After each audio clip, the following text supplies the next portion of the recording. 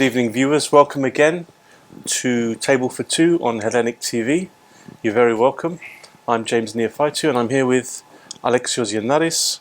As is our usual structure, Alex, we'll cover some charitable events for Sierra Leone. We'll then get on to some educational, new academic year issues with students going back to school. And then this time I think we've got quite a bit to cover on the community side. Yeah, definitely. Sometimes we talk more about Sierra Leone, sometimes more about mental health. This time it seems more on community. But let's start with Sierra Leone. Update us on the last great things. The latest is our massive shipment after a delay with the shipping company has finally arrived.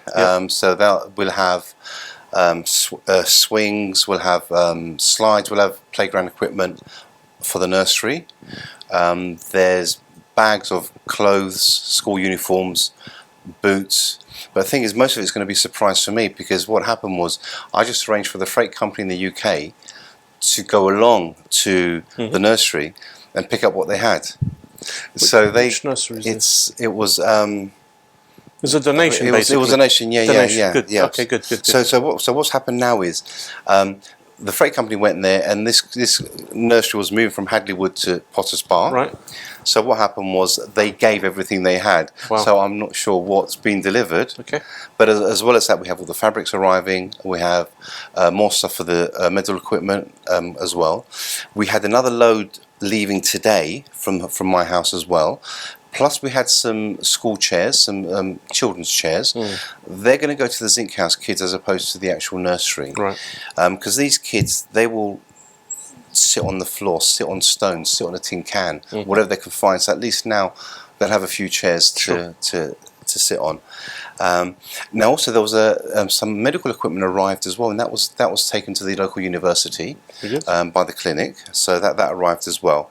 But in the meantime, the support is continuing.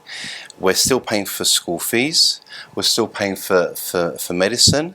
There's a severe case of malaria just came through today, so we'll send money for the medicine for that as well. So there's still it's continuous. That never stops. So that's Sierra Leone in a nutshell. Very good, very good. But people are still reaching out to you, still donating, still offering something. It doesn't have to be money. It could be desks, chairs, glasses, paracetamol. Yeah, definitely. Yeah. Good. Everything's useful. All right. Good. So that's Sierra Leone. Keep us updated on that. Definitely. Next planned trip next year, maybe? The plan is May. Next May, as opposed to June, because this year went in June. It was the start of the rainy season, and it meant there were several days where we couldn't do anything, couldn't even leave the mission, and people couldn't even come to us. Right. So hopefully May will be a better time. Good. All right. Yeah. Excellent. Look forward to that. Secondly, it's obviously new academic year. People have settled down into schools, etc.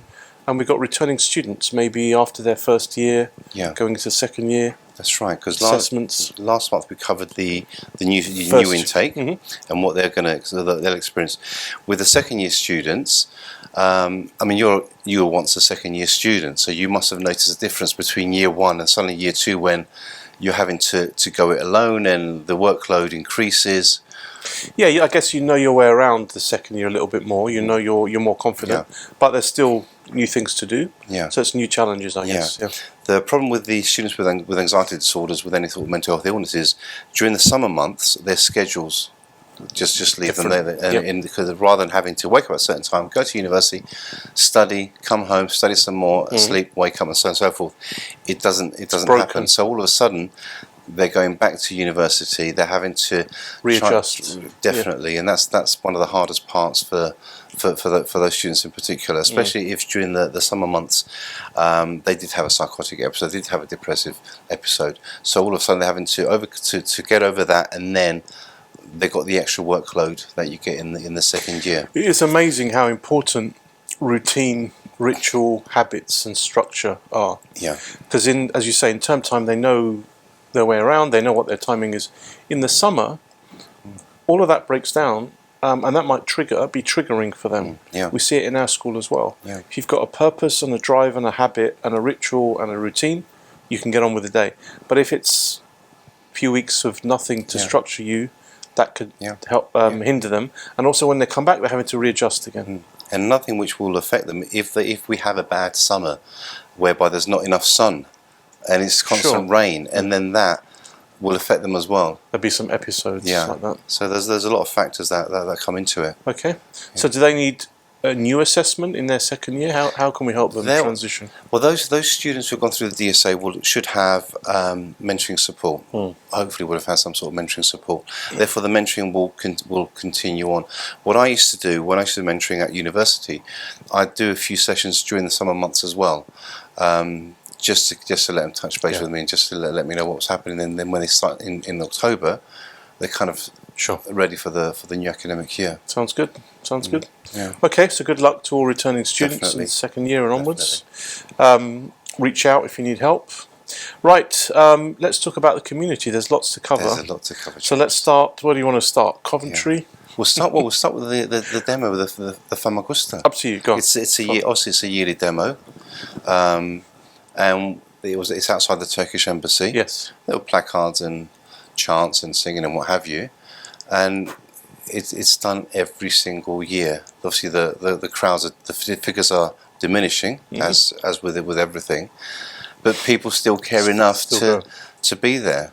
You know, hopefully people report on it and just let them know it's still going on, it's still happening, there's still people that care, and just holding on to that last bit of hope, which is really important. Yeah, I remember one year there were a band of students that arrived that were more than the expected people. I guess when students come to the UK, they feel a connection and maybe those numbers. But in terms of the citizens of UK, the numbers have fallen in last years. It's true. Definitely, yes, that's quite sad. So we've got to keep that on the agenda. Yeah, but the church news is booming. There's lots happening. I think it's because we had a big gap between our last show, the recording of the last show, and this show. So there's a lot that's happened. Sure. I'm absolutely exhausted from it all. I don't know if it shows.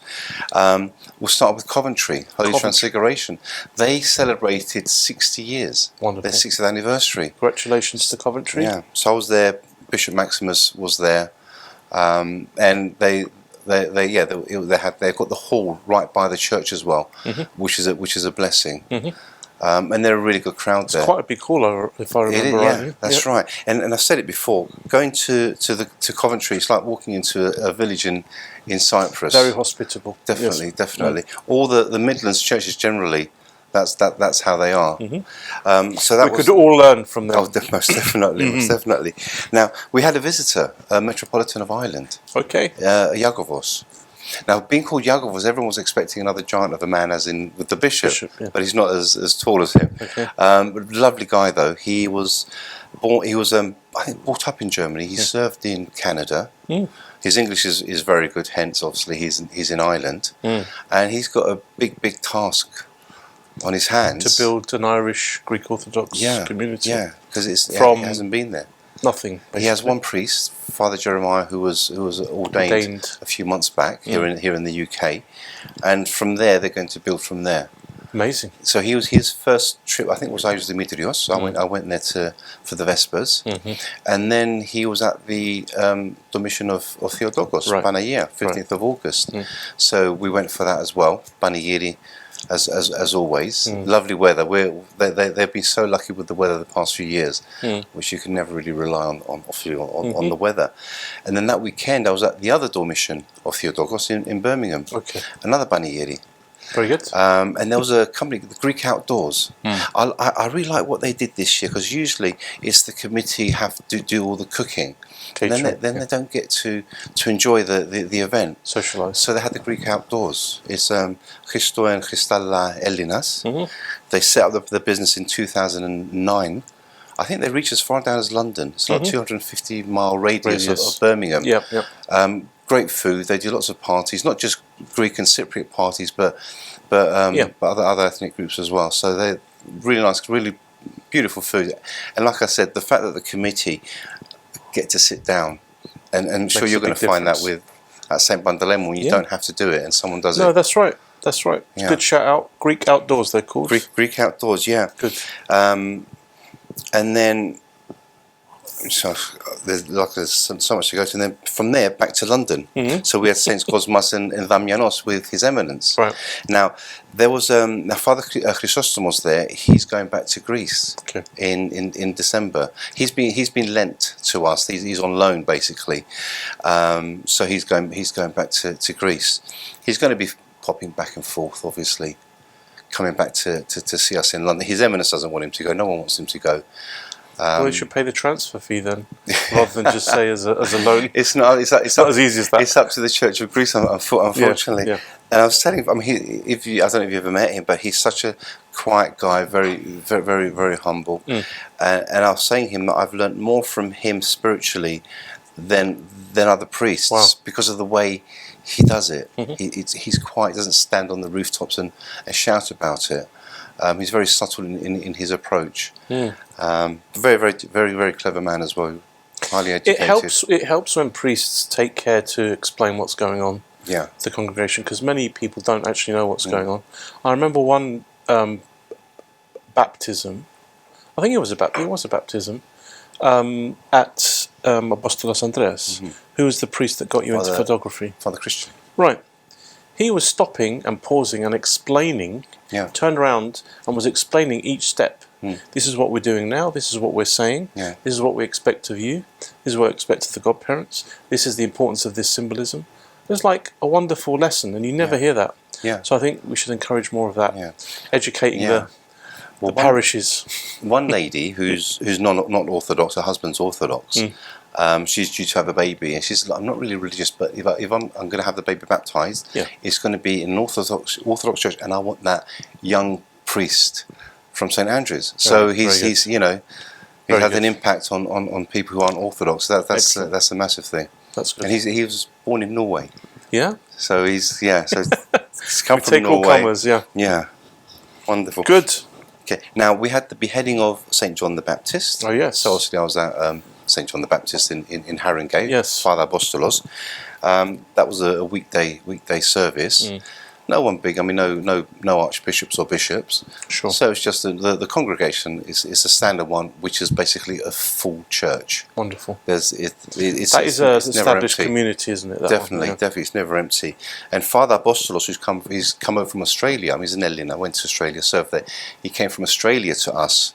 Wow. And they're missing him like mad in Australia, because he's one of those priests who will go visit people's houses, who'll go to the hospitals, and he doesn't have a day where he sits on his own doing nothing. He's always doing something for the church and for the community. I must admit, that's the image I always had of not just priests, but also the where they have philoptohos, the sisterhood, the women's committees, going around churches, hospitals, looking after people, especially when people don't have family.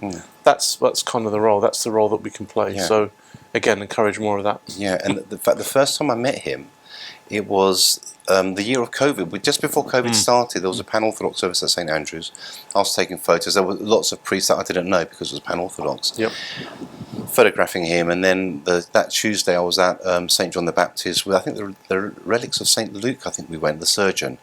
I think that's where I was. I remember. And I saw him again. That. He was there, and he came up to it. Was a vigil. It was a long service. He goes, "You don't even know how powerful your photos are, do you?" Wow. I said, "Oh, really, Father?" I said, "Well, did you see my photos? Are you on Facebook?" He goes, "No." Have you got friends on Facebook?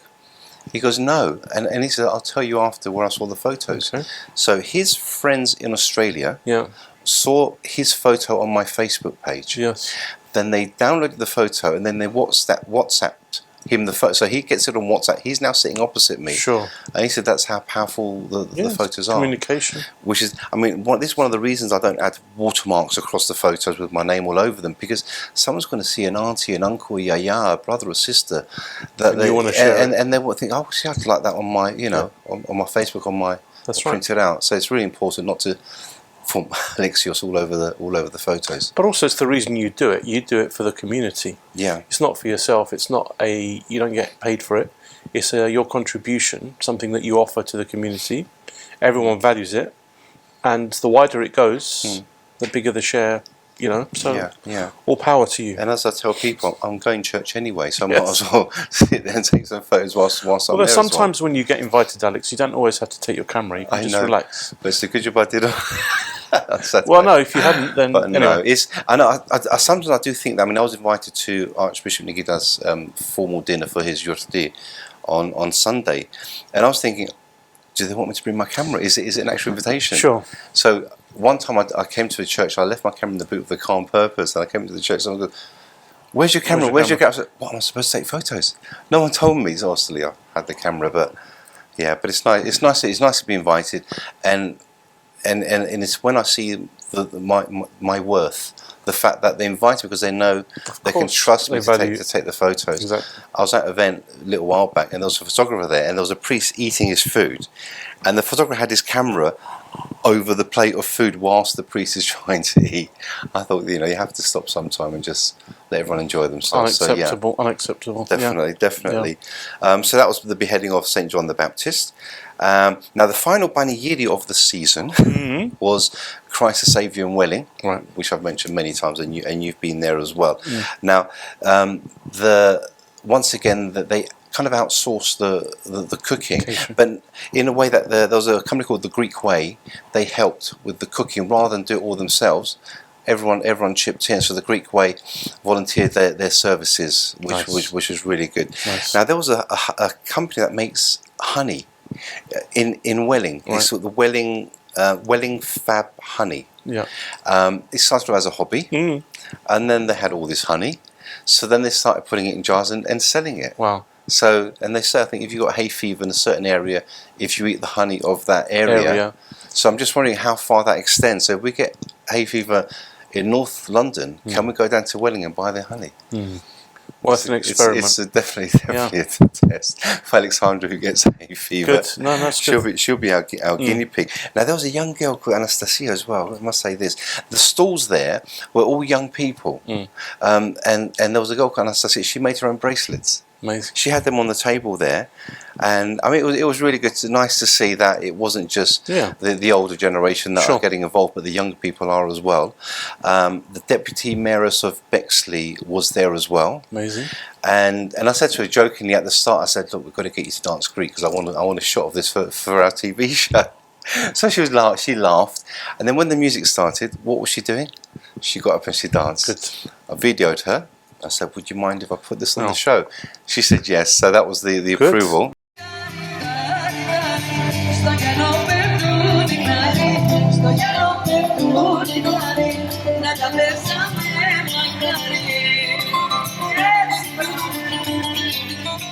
Very good. And she did have a good time, and she gave a speech about all the good work done by the community at Christ the Saviour, and in that speech they mentioned the Zinc House kids. Brilliant. And no one recorded the speech, unfortunately. I mean, that would be lovely to play on the back of us now, but so she recognises that Christ the Saviour does so much, not just for the Zinc House kids, the local community as well, for the homeless, for the food banks and what have you. They do so much down there, and all this stems from Archbishop Nikidas, who introduced a lot of this to our churches. Very good. And gave them the confidence to do it as well. I think that's part of it, because we've always been closed as a community, as a religion.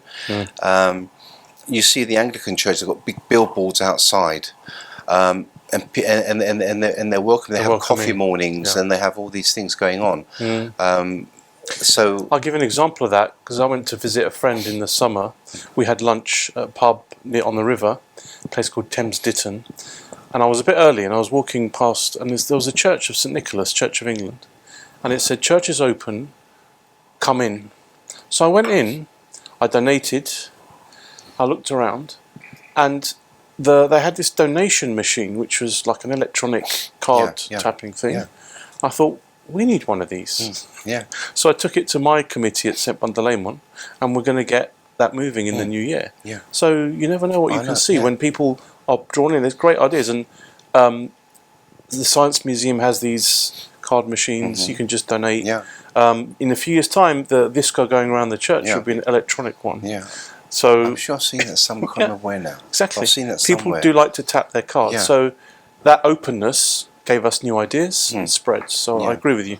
I've noticed that with Alexandra. When we drive back from Oxford, when she goes to the boarding schools, I set the sat-nav on no motorway, so we're going down these back roads, and then you see these churches from the 1500s. Beautiful. And you walk in, it's from the 1500s, and you've got the card machine as soon as you walk in for a donation. I know. Or it's a church with no one inside, but the door's still open for you to come in. You know? I'll tell you another story. In that same church, St Nicholas of Thames Ditton, it had a list, and I read all of them, of all the vicars, all the priests that had served in that church. Okay. When do you think they started? What year did it start, that list? 1700s? 1159. Kidding me. 1159. Yeah. It had a year and a name. There were gaps. There were a few years I didn't know. But from about 1640, there were no gaps. And I just read them all. It was amazing. That history is like 800 years of history. And a lot of these old churches, as part of the sculptures and the decor, are skeletons, skulls, and bones. And I asked someone once, why are they in the church? The skull of someone as a in stone. And they said because death was more acceptable and everyone knew about it. Yeah. So it was that's why, and we just hide it now. It's a natural part of life. Yeah, definitely. Wonderful. Yeah. Okay, now that was Welling. Now, a couple of weeks. I'm trying to get my times right now. I was in Bristol for Father Alexios. I went there because, in fact, I was invited to the church in Camberwell for the Yorti with the Archbishop. But I don't always follow the Archbishop necessarily. I just fancy going to Bristol, see Father Alexios, see the Dimitrios, and then what I noticed was that. It was what we were discussing before. As Cypriots, this is going back, we'll say 10 years. You go as a family to church. You leave church, you'll go home. So if it's like uncles and aunties, you go to one person's house and someone does the cooking to do the charcoal. But what the Hellenes have brought to us, and the Romanians as well, and the non-Cypriots, is after church, they all go to a local coffee shop. Right. And they have a coffee and a chat, but not just 2-3 people. They fill up this one church. So in Bristol, it was as the mug is here. I don't know if it can be seen, but the coffee lab. Coffee lab. And that young lady owns it. She set it up. Father Alexios went and he blessed the coffee lab as well. Nice. And it's a hub now for the Greek community, which is really good to see. Brilliant. Which is something we had. The gafenia in the old days, so that's for the old men or for the men, and women weren't allowed, and what have you in the old days. This is in the villages, but it's a very welcoming place. I think that's a good development. Actually, having coffee, tea after church. Yeah, some people that's their only connection with. Yeah, one day of the week they've got someone to talk to. That is. If their husband passed away, they get a carer every day. Yeah, it's a great connection. So I think again, another thing we encourage is that community connection, and just 5 minutes, 10 minutes coffee. Yeah. Don't rush away. Yeah. The Sunday roast can wait. Yeah, and a lot of people go to church because they feel a belonging there. Exactly. And, connection, which is important. I mean, I remember when my son Mihaly used to play football. I think for Monio, he could have been in the first team, but he played for the 5th team. And the 5th team was all the boys that wouldn't really generally get into a football team. And he loved being in this team because these boys, they had a sense of belonging. Exactly. And you just have a good time. And they used to lose almost. In fact, they lost every single match. But I enjoyed it. And I remember one day the coach was off in Cyprus holiday, and they asked me to coach the team, and they won that match. it was a fluke. That's the only reason. But yeah, it's that belonging. I think it's very important, especially in our churches when you will go to some churches and people will be looking at you thinking, "Who are you?" Yeah. Okay. Now, onto the final bit now, hopefully. Saint Nikita's feast day. So it's also it was Saint Vissarion on the same day. So I had a choice of Holy Cross, but then I got a formal invitation from His Eminence to go to Saint Nicholas in Shepherd's Bush. Okay. So I went there for the service. We had the Metropolitan of Ireland. Metropolitan Iagovos of Ireland. We also had the Metropolitan Nikodimos of, wait for this, Nigeria. Very good. He's the new Metropolitan of Nigeria. Wow. I met him. I mentioned Sierra Leone, and straight away he mentioned Metropolitan George of Guinea. Sure. And then later on he told me as soon as you left I sent a message to Metropolitan George saying I've just met you. So that was really nice. Now I've got that connection with Nigeria as well. That would be an amazing place to visit as well, because it would be far more developed than the church in Sierra Leone. Yeah. Just to see the contrast and the difference and how things are done there. I was thinking of Ireland, actually. That might be a nice road trip for us to go to. Maybe if George at Hellenic will come with us, we can go to Ireland. We can film one of these shows in Ireland. Or we can lend us one of those big microphones on the side there. Go with Ireland is a hopefully up-and-coming community with a new... Yeah. Well, when Father Jeremiah came and he was ordained, and I told him he's following in the footsteps of St. Patrick. Wow. Because it hasn't been done.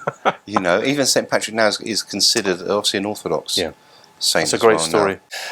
So we had, like I said, we had the church service.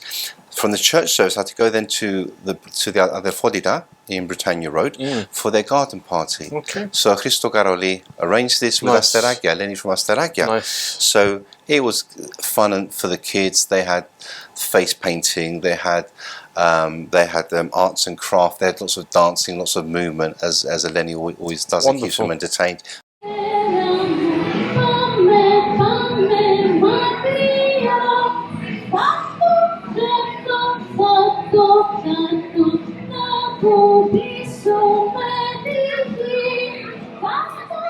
Great food from Andrea. The kitchen's open now every Friday night again at the Brotherhood. Very, very. I mean, it's very reasonably priced food as well, and just plain Cypriot cuisine. That has been on our list as our personal table for two. I think we'll continue definitely, and we recommend that to viewers as well. But they also do weddings, they do parties, they do christenings, even book launches, interviews. Yeah, of course. I remember Andrea Zafiragu launched her second book there, and we went to that. Well, Theo Bafidis, he'll be there. He'll be there soon. Yeah. And then that evening, so we had St. Nicholas, then we had Brotherhood, and then I had to go back down to Grosvenor Square for the formal dinner with His Eminence for his feast day, and it was just invited guests. It was an honour to be invited as a guest, even though obviously I had my camera, but that's a bigger honour because they trust me, of course, to do it do it properly. So that was a great event actually. It was very relaxed. Well, even if you don't wear the official photographer vest, we know that you're the official photographer, whether you wear it or not. Well, Alexandra bought me a type-in saying "Ayos fotógrafos." So to get that blessed first before it's valid.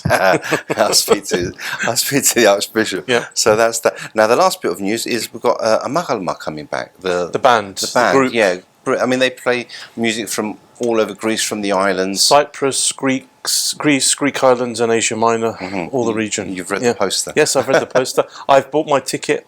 I'm going to the St. Bandeleimon one, which is the 19th. 19th of October. They're also playing Clissold. On the 12th, so the back of the Clissold Arms. The Clissold Arms one is a lot of people from